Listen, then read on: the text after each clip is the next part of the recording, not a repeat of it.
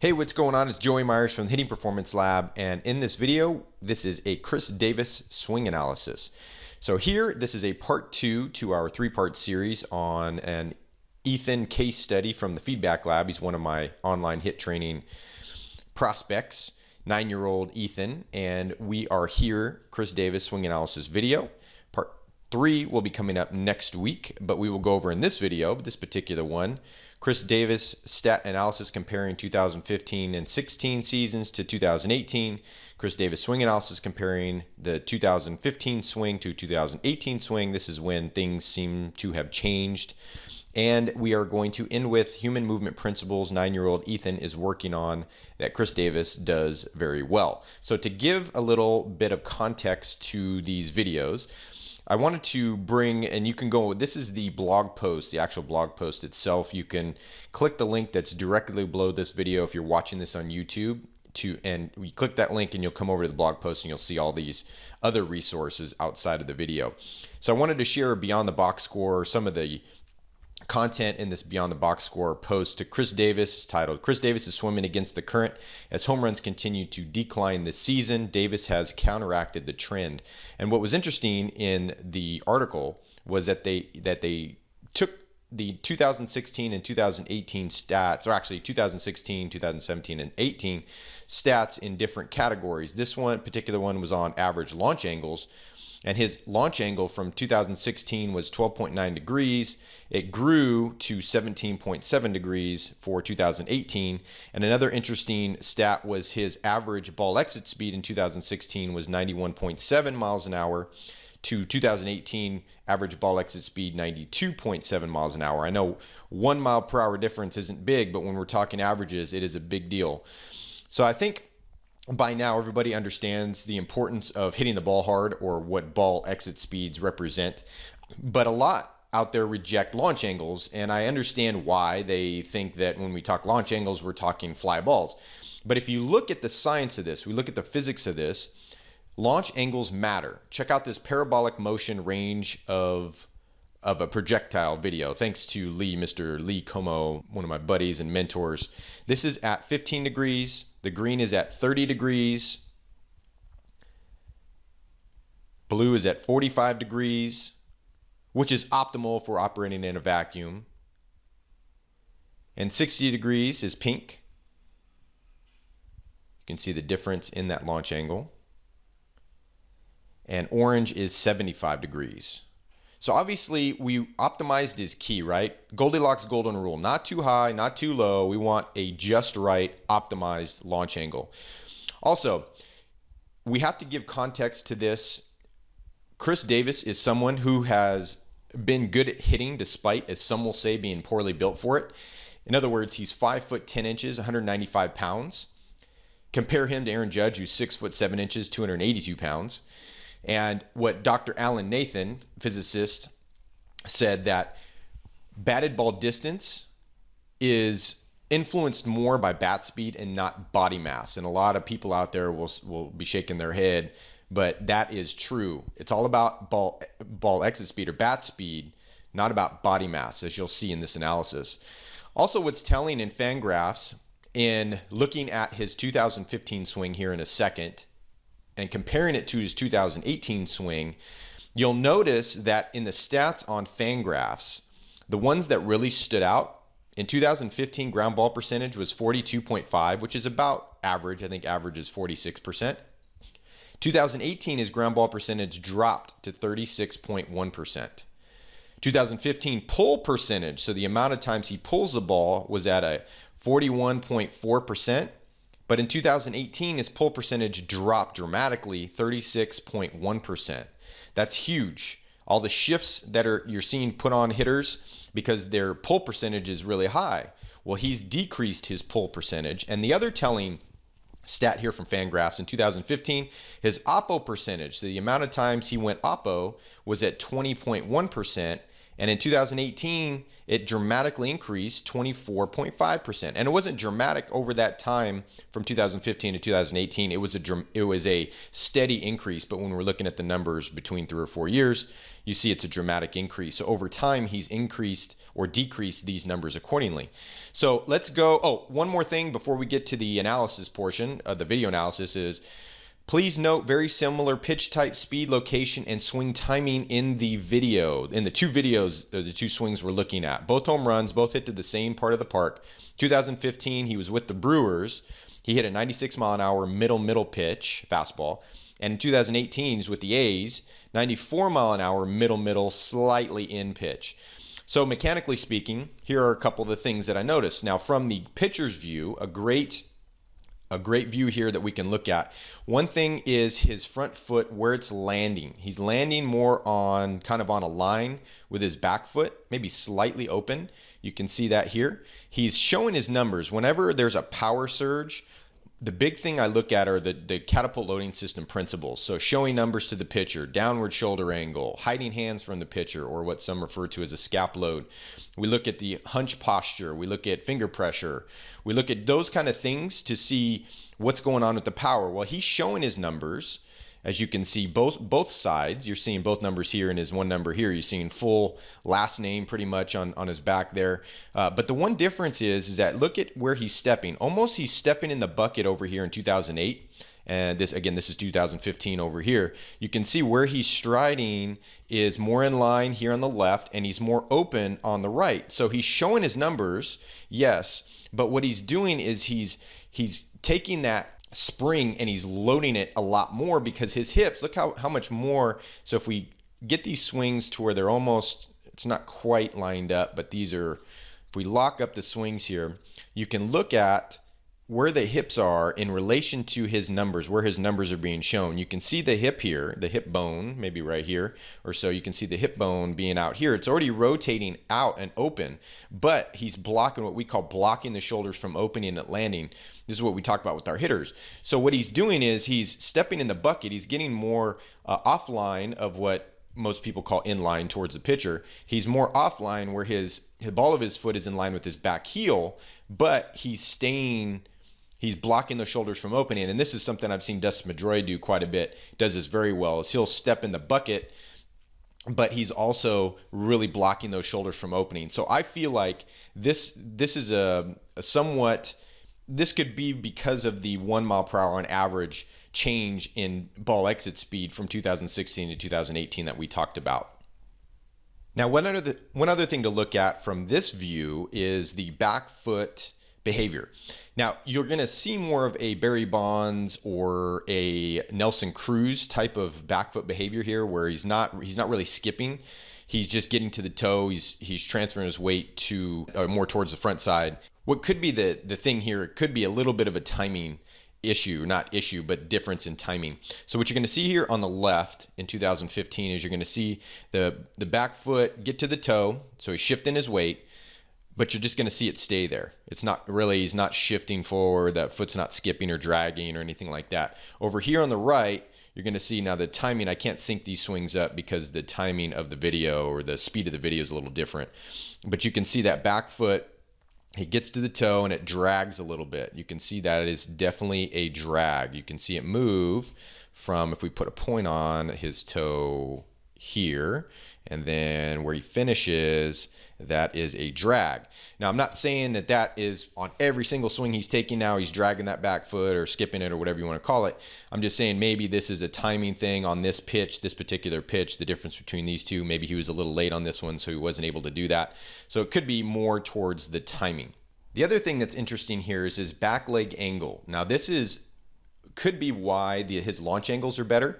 And if you're looking here, I know it's probably hard to see, but I took a point on his hip. I tried to get his hip point, kneecap, ankle. And what we're seeing is 109 degrees over here on the left. And you're seeing about 100 degrees over here on the right. Now, this is about at the same point in the swing. You can see over, let's see if we get this one, where his barrel's at. and where his barrel's at over here, and then there's where he's making contact. So it's about at the same point in the swing, and you're seeing about a 9 to 10 degree difference in his launch angle. Now, the difference between golf and baseball, the obvious difference is that in golf, you have a club head that is angled. The angle is built in, the launch angle is built in. If you want to hit it really, really high, like our parabolic arc, that's really high, you take a pitching wedge. You use a pitching wedge. If you want it to have less of an arc and to have more giddy up going out horizontally and less of an arc, then you're going to use a 3-iron. With baseball, we all play with a cylindrical bat. Whether you're male or female, baseball or softball, you have to hit using a cylindrical bat. So the hitter has to use their body to create that ramp or to create that angled effect. Again, launch angles matter, but they have to be optimized. So this is going to have an effect on launch angles here with the back leg. Now again, we're taking 2 random swings, and maybe the rest of the season in 2015, he was more like this. Who knows? That could be for somebody who wants to really dig into this, but this is definitely something that I saw that does affect launch angles. Now, another thing that could be causing launch angle discrepancies here between 2015 and his 2018 swing is that he's a lot more quiet on the right with his head. His head doesn't move much after landing. It doesn't move backward as much as it does over here. It looks like Chris Davis over here is more tall earlier in the swing, is standing taller, and then he really pushes back really hard and down. You can see possibly there's some arching in the lower back at this point, but he's going from a landing position. Head should stay fairly in the center of this circle, and you're seeing him really launch back there. Now, if you look at over here, the current swing, he's much more quiet with the head. It stays in the middle of the circle a little bit longer. And then you're going to see it not push back quite as much and not quite as much force as the other way here. It's more of a smooth transition. I know this is a little bit more frames per second here on the right, so it doesn't look quite as aggressive, but everything looks smoother with the head transitioning here. It's not so much of we get to landing and then he's taller, so he's got to compensate to get behind it. So you see him really trying to get back to that angled position as he's getting to here. So it looks like on the right that he's starting from more of that angled position, and then the transfer of moving to the back position is a lot more smooth. One other thing that could be a little bit of difference, although I'm not sure, I mean, these video angles are similar, very similar. They seem like they're the same, taken on the same angle and possibly the same depth. It could be a camera trick here, but there's a little bit more of a drop of getting shorter, what we call getting shorter. You'll see that in this Chris Davis swing analysis, you'll see on the right, the 2018 swing, he seems to get a little bit shorter and stays down there a little bit better than on the left. It's a little bit more smooth in his transitioning. You're going to see him at landing. He's going to drop below this line, getting shorter, we call this. And then as he swings, he should stay below this line and shouldn't come up above it. But you're going to see his helmet come up a little bit, and then it's really going to drop back. You can see a lot of head movement pushing back and down in this swing on the left versus over here on the right. You're going to see him get down below, and then you're going to see him swing, and he's going to pretty much stay under this spot, and you're not going to see all that crazy head movement. You're going to see it's a much better transition with his body as he comes down. Even though this video on the right is higher frame per second, it's smoother just anyway, and it's in slower motion. You can see more frames. But you can see just by the head in relation to this bottom line how much smoother he is there versus here as he's swinging. Everything's just kind of jumping all over the place on the left. So those are some of the things that I noticed that are a little bit different between the swings. And then I just want to take a look at his current swing and just some fun things with that real quick. All right, a couple things here. You're going to see he uses, sometimes I've seen a toe tap, and this might be a toe tap here. We might be only seeing the video from when he taps his toe. Very, very quiet with his toe tap. We saw that he does step in the bucket a little bit, but what he does very well is shows his numbers, blocks his shoulders from opening. You can see this slight downward shoulder angle. You can see the front shoulder pulling in and down, like Ted Williams talks about in that 1960s video or whatever. If you key in Ted Williams teaching hitting on YouTube, you could probably find that video. But he's got his back shoulder slightly above the front, You can see as he approaches landing, he's still got that showing numbers, and his backside starts to launch. You can see his barrel angle. Look, we call it shining the flashlight. So the flashlight is the knob of the bat. Looks pretty good. He also, like I said, is more of like Nelson Cruz. You can almost see a Nelson Cruz type of swing here. Very quiet on the lower half. Very not a big long stride. Definitely has a stride though, and very minimal-ish type of swing. You can see also he stays sideways very well. You can see this back heel does not shift over towards the plate. He stays sideways, helps with timing. You can see it just kind of stays behind him, stays in line with his butt, his back butt cheek. Does very well. You can see distance between his feet. That's something that my hitters we work on, is making sure we got distance between the feet, whether we're using a skip or no skip or a drag or whatever. We want distance between the feet. That helps us to get under the ball. Again, golf has a club head that is angled for them, where we do not. We have a cylindrical bat that we have to hit a circular ball, and we have to use our body to get on that angle. The other thing that's interesting, a lot of coaches are coaching out the foot, behavior of the front foot. So when they see that the bottom of the foot come up a lot, they're trying to coach that out. Well, what happens is, now this pitch was middle, slightly in a little bit. And most of the time over the plate, like in the middle or away, you're going to see less of the bottom foot during the turn. He's still on the outside of the foot. He's still turning it, but you're going to see more of a flat foot the farther away the ball is from the hitter. So it's something that is not a teach. I don't think it's a teach. It's something that the hitter's just going to naturally do. But most of the time, what's going to happen is there's going to be varying foot pressure on that outside part of the foot. That is the principle. Okay. The other thing is the barrel path here. So you can see where he's hitting it pretty close to the center percussion or the sweet spot.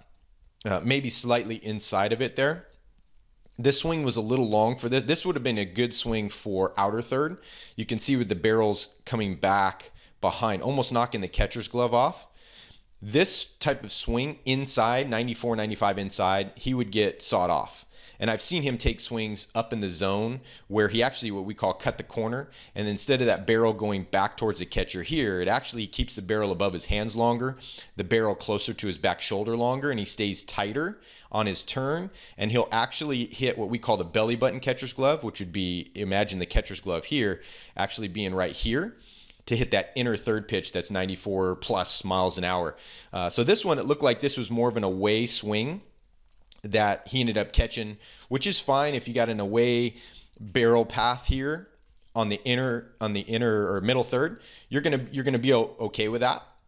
But if it's an away barrel path where you're hitting the real catcher's glove, trying to hit middle third or inner third, you're going to get sawed off. It's going to be very hard to catch that barrel up. And that's where a lot of these hitters that are being taught this same duplicated general rearward barrel acceleration, they're going to get eaten up inside and up. It's just either that or they're going to have to launch their swing so early that they don't even have the pitch recognition of what's coming and where it's going.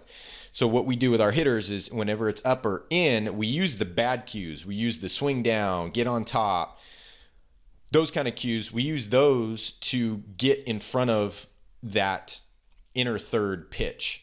So I thought that was kind of interesting. You see this more of a lagged barrel path that we would use. It's more suitable for outer third for this middle pitch, this middle third pitch. And one last thing that's cool, and we'll finish this video up with this Chris Davis swing analysis video, is his shoulders, the behavior of his shoulders. So we talked about how this front shoulder is pulled in and down, this back one's up. So you're going to see this downward angle, this slight downward angle. And then you're going to see him flip them. So that angle is going to flip. So we're going to see that same shoulder that was down is now up. And then proper deceleration of the spine and the shoulders, the thoracic part of the spine, says that the shoulders need to return back to what they were. So if we tracked that front shoulder, what we saw is it started down. So look at this left shoulder here, starts down, pops up, and proper deceleration of the swing should have that left shoulder go up again. finish up, and this is what we see. So beautiful. If this is not happening, and say a hitter is taught to finish high, to finish really high, where this back shoulder is up above this one's lower, then what happens is the brain is always in survival mode, and it will try and protect the body at whatever cost it can. So what it will do is it will cut back on acceleration before deceleration, because it's trying to protect the body. If we properly decelerate, meaning we get in this position at the end of the swing, that is a safe rotating spine and shoulders around the spine. The brain will let the body rotate and accelerate on the rotation as much as that human body can do. All right, last thing I want to end this video on, human movement principles 9-year-old Ethan is working on that Chris Davis does very well. As we saw in the video, you saw he does a very good job of showing his numbers, and that is something that Ethan's working on. Ethan's getting better at showing numbers. He's just not getting it to landing, stride landing, which is pretty much the challenge with most young hitters, is they can figure it out and do it, but they just can't hold it to landing. And also having more of a slight downhill shoulder angle. Again, slight. We're looking 6 to 10 degrees down, depending on baseball or softball. But that is about the range that we're looking at. So if we're using the back elbow to get that range, we're looking at the back elbow to get at about the mid-neck level at landing, or to the ear at landing. So I hope this video was good, this Chris Davis swing analysis video. Make sure that we're swinging smarter by moving better. And before I let you go, the Hitting Performance Lab wants to know, did you know repeatable hitting power does not start in the hips? Have you heard the expressions, load and explode the hips? Power comes from the hips. Well, we created a free video revealing the results of a scientific study that will show you how we added 48 feet of batted ball distance instantly. And it's not all about the hips. Click here now to get the video while it's still free.